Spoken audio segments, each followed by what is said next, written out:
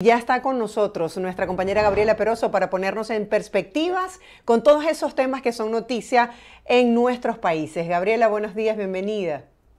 Hola Marjorie, como siempre un placer estar aquí contigo.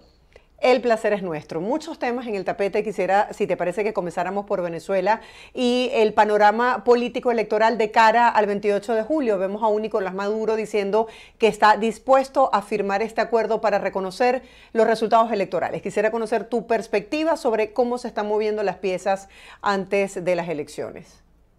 Bueno, obviamente él va a mover esa ficha porque el Consejo Nacional Electoral, tal y como lo saben todos los venezolanos, está en manos del poder de la dictadura. Entonces, obviamente, él puede fácilmente firmar ese acuerdo electoral si sabe muy bien lo que podría pasar y cuál sería la lectura específica que van a dar a esos resultados. Yo me imagino que él va a presionar para que los demás candidatos lo hagan. Sabemos que muchos candidatos van a hacer exactamente lo que haga Nicolás Maduro, así que yo creo que en las próximas 48 horas vamos a ver a muchos de ellos firmando, pero justamente sería una trampa de decir con los ojos cerrados yo voy a reconocer los resultados electorales. El tema aquí, Marjorie, es que hay dos antecedentes importantes, las propias presidenciales, no tres, las propias presidenciales que ratificaron el poder de Nicolás Maduro y que fueron desconocidos por más de 60 países, las legislativas y adicionalmente lo que fue ese referéndum del Esequibo, que todas las agencias internacionales y quienes estuvieron de cerca siguiendo el proceso saben que los números fueron inflados. Entonces, ahí hay un tema. El tema aquí, Marjorie, es el espíritu de la gente, la fe de la gente. Es increíble. Yo creo que esto luego van a poder estudiar algunos expertos, porque es un venezolano que sabe que el sistema electoral está roto, sabe que no hay que confiar en esos resultados electorales ni tampoco quienes van a ejecutar el proceso, pero quieren ir a votar. Veían en las pantallas una entrevista que hacía Irnardo Bravo a Osvaldo Ramírez y decía que más del 65% de las personas quiere ir a votar y van a ir a votar pase lo que pase. Él señalaba cosas muy interesantes, decía, bueno, que solamente los electores veían a dos candidatos, a Nicolás Maduro y a Edmundo González, y que cada una de esas bloques de electores tenía fe ciega en esos líderes. Es decir, Edmundo González, si por casualidad le quitan la tarjeta o lo sacan del camino, como ha ocurrido en el pasado con estas acciones de Nicolás Maduro, quizás apenas Edmundo González diga a alguien más, va a haber una reacción. Una de las trampas podría ser el tema de la información, porque no hay medios tradicionales libres en Venezuela, pero yo creo que hay tantas ganas de ir a votar que el boca a boca se va a hacer así y en menos de 24 horas se sabría si quitan la tarjeta o quitan a un candidato y quién sería esa persona. Y esa confianza en el líder, que realmente la confianza plena la tienen con María Corina Machado, provocaría una acción de ese electorado que no cree en el sistema, pero quiere ir a votar porque dice, no me importa si pierda mi voto, yo voy a participar porque esta es la única manera de buscar el cambio. Eso va a ser significativo y adicionalmente cómo se va a proteger el voto. Yo creo que cada vez están más organizados, Marjorie, ha sido increíble cómo la gente ha reaccionado desde cualquier rincón de Venezuela para convertirse en observador y quizás ese venezolano que va a estar en una y otra mesa va a ser mucho más valioso que la observación electoral que nos están arrebatando a los venezolanos, retirando las invitaciones. Hemos visto que a María Corina Machado nuevamente invitaba a algunos europeos, pero allí no sabemos si realmente van a llegar al país porque no saben si los van a expulsar y si realmente les permitirían observar todo el proceso. Así que es complicado porque ese compromiso que Maduro quiere firmar es una trampa para mí. Y lo que busca es justamente decir, bueno, tu oposición vas a hacer lo que al final yo diga que va a decir el CNE. Adicionalmente, él dice, yo voy a firmar el acuerdo y cuando me convierta en presidente, porque para él la única posibilidad es que él gane las elecciones, a pesar de que hemos visto las encuestas, y allí voy a convocar a un diálogo. Él se sigue colocando como única opción que él va a ser el que resulte victorioso en esas elecciones y Venezuela entera sabe que matemáticamente es imposible. Vamos a hacer la transición a otro tema que también es de vital importancia y tiene que ver con las elecciones aquí en los Estados Unidos. Mientras que nos acercamos más a la fecha, vemos las críticas que le ha traído al actual presidente Joe Biden su medida migratoria versus lo que ha sido también las críticas que le ha traído a el expresidente Donald Trump, ese discurso que lo han titulado como venganza hacia los opositores políticos de llegar de nuevo a la Casa Blanca. Quisiera que habláramos un poco acerca de cómo ves el panorama electoral aquí en los Estados Unidos. Sí, Marjorie, faltan 5 meses y esto está como si estuviéramos a 1 o 2 semanas de las elecciones. Está bastante fuerte el discurso por ambos lados y muchos puntos que antes normalmente se medirían de manera completamente distinta, ahora tienen un impacto o no impactan para nada. Por ejemplo, la condena y la culpabilidad en los tribunales de Manhattan a Donald Trump. Acaban de hacer una encuesta, más de la mitad, 55, 60 y pico por ciento, dice que no va a influir si lo declaraban culpable y ahora que ya ocurrió, eso no va a influir en lo que serían las elecciones. El tema de las deportaciones, acaban esta semana de hacer otra encuesta, más del 62% de los estadounidenses están de acuerdo en que se hagan deportaciones masivas, una de las propuestas de campaña de Donald Trump, algo que quizás hace 4 años u 8 años hubiese sido, oye, no deportaciones masivas, ahora la gente las quiere. Joe Biden toma medidas que son necesarias y alcanza críticas de los dos lados, porque ni los propios demócratas están de acuerdo con la orden ejecutiva, ni los republicanos les parece suficiente y al final no se traduce en una mejoría en las encuestas. Él tenía que tomar acciones en el tema migratorio porque se le ha escapado de las manos y son más de 10 millones de personas. Sin embargo, eso no impacta. Las elecciones ahorita, lo que son las encuestas, si las promedian, están cabeza a cabeza, 40-41% ambos allí.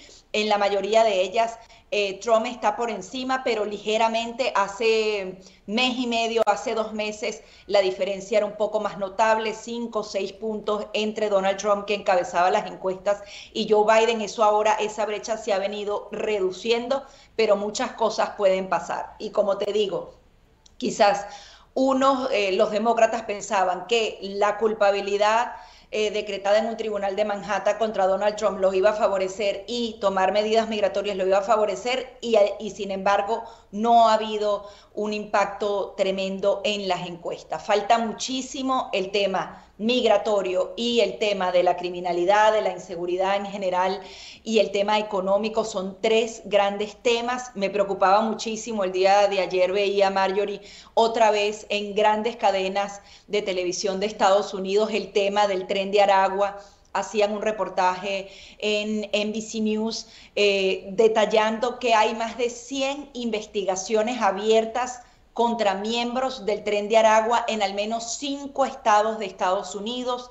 Hablaban de la agresión a 2 oficiales de la policía acá en Estados Unidos. Hablaban de otra investigación que al parecer ya llegó a su fin, en donde tenían a una joven amenazada. Decían que le iban a matar a su familia si ella no tenía sexo con al menos 4 personas diarias, y colocan hasta la casa en donde justamente la estaban sometiendo a esclavitud sexual. Imagínate tú eso, miembros del Tren de Aragua, y que veas a varias policías, a la policía de Nueva York, a la policía de Boston, dando declaraciones públicas y diciendo que, bueno, que eran venezolanos que habían ingresado por Texas y que era muy difícil para ellos rastrearlos dentro de Estados Unidos porque no existe una comunicación entre el régimen de Nicolás Maduro y Estados Unidos para ver los antecedentes penales. Eso está impactando directamente también la campaña electoral, Marjorie, lamentablemente, porque eso debe ser el 1,1% de los venezolanos. Hay muchísimos que han venido aquí a trabajar y que han hecho una vida digna y próspera en Estados Unidos. Sin embargo, otra vez el domingo, el expresidente Donald Trump, candidato republicano, hablaba desde Las Vegas y nuevamente hablaba de cómo era posible que extranjeros, y hablaba específicamente de venezolanos, habían agredido a funcionarios de la policía, habían agredido a una joven, y ratificaba su teoría de que, como una vez lo hizo Cuba, también el régimen de Maduro había vaciado las cárceles y había mandado a los venezolanos acá. Da mucho dolor porque quizás hace 4 años y 8 años justamente el luchar por la libertad de Venezuela le hizo ganar votos a uno u otro partido político, y ahora tenemos entonces esta mancha que la hacen muy pocas personas dentro del país, y entonces el impacto es completamente negativo para la campaña electoral. Sí, vamos a hablar un poco acerca de cómo el tema migratorio ha sido utilizado como bandera en campaña electoral. Por un lado, se critica y otros lo ven como algo positivo esta nueva medida que se está analizando por parte del gobierno actual de brindarle un beneficio a los latinos casados con estadounidenses, un beneficio migratorio, y por el otro lado, hay muchos quienes critican la posición también de Donald Trump con respecto a los latinos, diciendo es que tú no me importas, me importa tu voto. Entonces vamos a hablar acerca de cómo uno y otro ha tenido una narrativa con respecto a los migrantes en este país. Marjorie, eso viene ocurriendo hace 30 años, por poner algunas décadas de allá para acá. Recordábamos antes de Donald Trump, donde hablaban de los 10 millones de personas indocumentadas que necesitaban una respuesta para poder vivir de una mejor manera. Se crearon beneficios como los Dreamer, en donde son jóvenes que son padres que vinieron de manera ilegal, pero los hijos quieren ir a la universidad y se les dio la oportunidad de tener papeles. Y así beneficios como el DACA o otros beneficios extendidos como el TPS. Cada uno de los partidos se va aprovechando de uno u otro lado, pero la realidad es, Marjorie, que ninguno de los dos partidos ha hecho la reforma migratoria y no ha profundizado ningún tipo de reformas en el país. Los demócratas son de la idea de que sí, que tienen que recibir a todos y que tienen que darle una respuesta, pero a la hora de la verdad, por ejemplo, hacen una ley migratoria, la hacían el año pasado y la combinaban con algo de Ucrania e Israel para que prácticamente fuera imposible aprobarla. Los republicanos más bien son de la idea que tienen que tener una política dura que disuada a los migrantes para que vengan acá, y que todo tiene que hacerse de manera ordenada y que no se puede permitir el ingreso de personas de manera irregular a través de la frontera. Ambas visiones están muy encontradas y al final le han hecho mucho daño a los latinos. Aquí hay un tema fundamental. ¿Qué pasa con esos 10 millones que ya prácticamente se convierten en 15 porque tienen hijos, porque tienen nietos, que al final no les dieron una respuesta de algún tipo de papel? Y ahora, ¿qué pasa con otros 10 que se acaban de sumar, que no tienen una alternativa? Por ejemplo, en esta orden ejecutiva hablan de que van a resolver el tema de los asilos en 6 meses. Yo lo veo poco probable. Hablaba con varios expertos y aquí hay personas que tienen 8 años esperando una decisión de asilo político. ¿Cómo es que mágicamente vas a tener la cantidad de jueces y funcionarios suficientes para decidirlo en 6 meses? Es complicado. Adicionalmente dicen, están poniendo un tope en la frontera, es decir, están legalizando la entrada de entre 1.500 y 2.500 personas de manera irregular por la frontera en vez de hacer un plan ordenado. Y cuando pones topes, al parecer ya los que están traficando con personas están cobrando más. O sea, imagínate, tú estás y han pasado 1.000 personas ese día. Van a entrar 1.500 nada más, faltan 500 cupos, por así decirlo. Pues los traficantes de personas empiezan a decirle a los que están en fila, el que me pague más viene primero a la fila y entra de una vez. Es decir, lo que en teoría era un beneficio para esos migrantes se convierte en un adicional al negocio de los que trafican con personas. O sea, cada vez que hay algo migratorio, hay algo positivo y hay algo negativo. Y afecta definitivamente, y la gente sigue muriendo y siguen siendo sometidos a este tipo de esclavitud, de trata de personas, siguen pasando menores de edad por la frontera y no hay respuesta, y adicionalmente no hay tantos funcionarios para recibir a tantas personas, están colapsados los servicios públicos en la frontera. Entonces, ojalá que algún día, eso no va a pasar ahorita durante la campaña presidencial, ojalá apenas lo hagan cuando gane uno u otro, congresistas y senadores de ambos partidos se sienten con cabeza fría, independientemente del tema electoral, y digan, tenemos que organizar este tema porque son más de 20 millones de personas que no pueden tener una vida sencilla o fácil con papeles, porque ser indocumentado aquí en Estados Unidos está complicado, y mientras más personas hayan, lo estén, y que realmente se comprometan a hacer esa reforma migratoria y también aportar seguridad fronteriza. Ambos lo pueden lograr, creo que tienen las herramientas para hacerlo, pero no existe la voluntad popular, la voluntad política de cada uno de ellos, porque existe entonces ese interés en el tema popular y en el tema de la votación. Un tema complejo. Me gustaría irme a otro tema complejo que tiene que ver con los resultados en el Parlamento Europeo y la decisión de adelantar las elecciones por parte del presidente Emmanuel Macron, y cómo esto ha desatado de alguna manera una ola de protestas no solamente en París, sino en otras ciudades de Francia. Vamos a hablar de las implicaciones de esta noticia. Sí, Marjorie, las implicaciones incluso rebasan el tema de Francia como tal. ¿Qué ha pasado? Durante las últimas 2 décadas o en los últimos 10 años iba ganando terreno todo lo que fueran esas líneas progresistas, liberales, un poco más de izquierda, y eso justamente se asentaba dentro del Parlamento Europeo, o lo que sería la gobernabilidad de Europa. Recuerden que la Unión Europea, si bien cada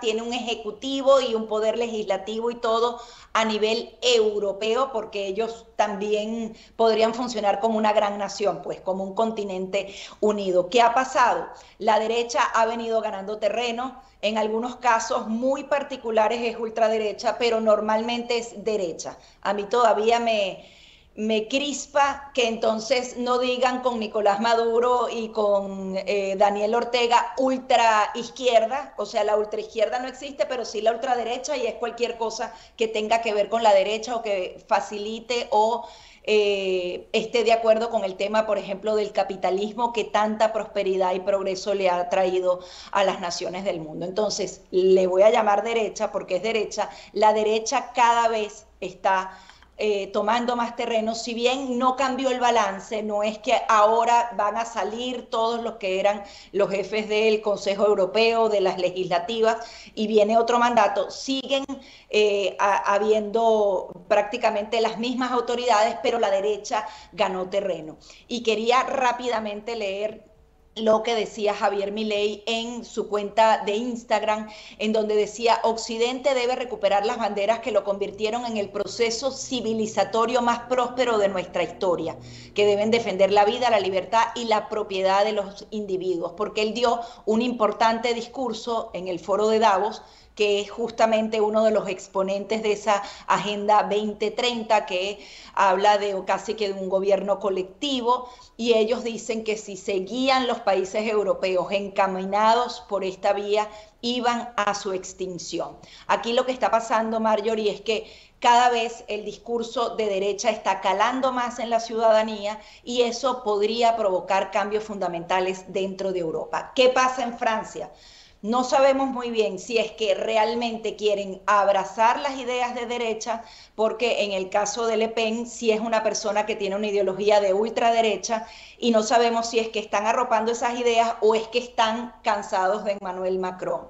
Había mucho descontento en el pasado, ahora otra vez hay protestas de lado y lado, y al final la gente se pronunció y Emmanuel Macron, que es el actual mandatario de Francia, tuvo una gran derrota y él, me imagino que para ganar algún tipo de ventaja política, decidió disolver el Parlamento y convocar elecciones adelantadas para ver si logra acumular algo de poder. Sin embargo, cada vez es más creciente esta tendencia de derecha en Francia y así también pasó en Alemania. Olaf Scholz, que es el actual mandatario de Alemania, tuvo una gran derrota en estas elecciones y entonces vemos cómo se va cambiando la perspectiva y esto podría cambiar también la perspectiva de cómo ven a la Unión Europea. Los actuales mandatarios son muy de todos somos un grupo, todos tenemos que tomar decisiones migratorias en conjunto y las ideas de derecha son más,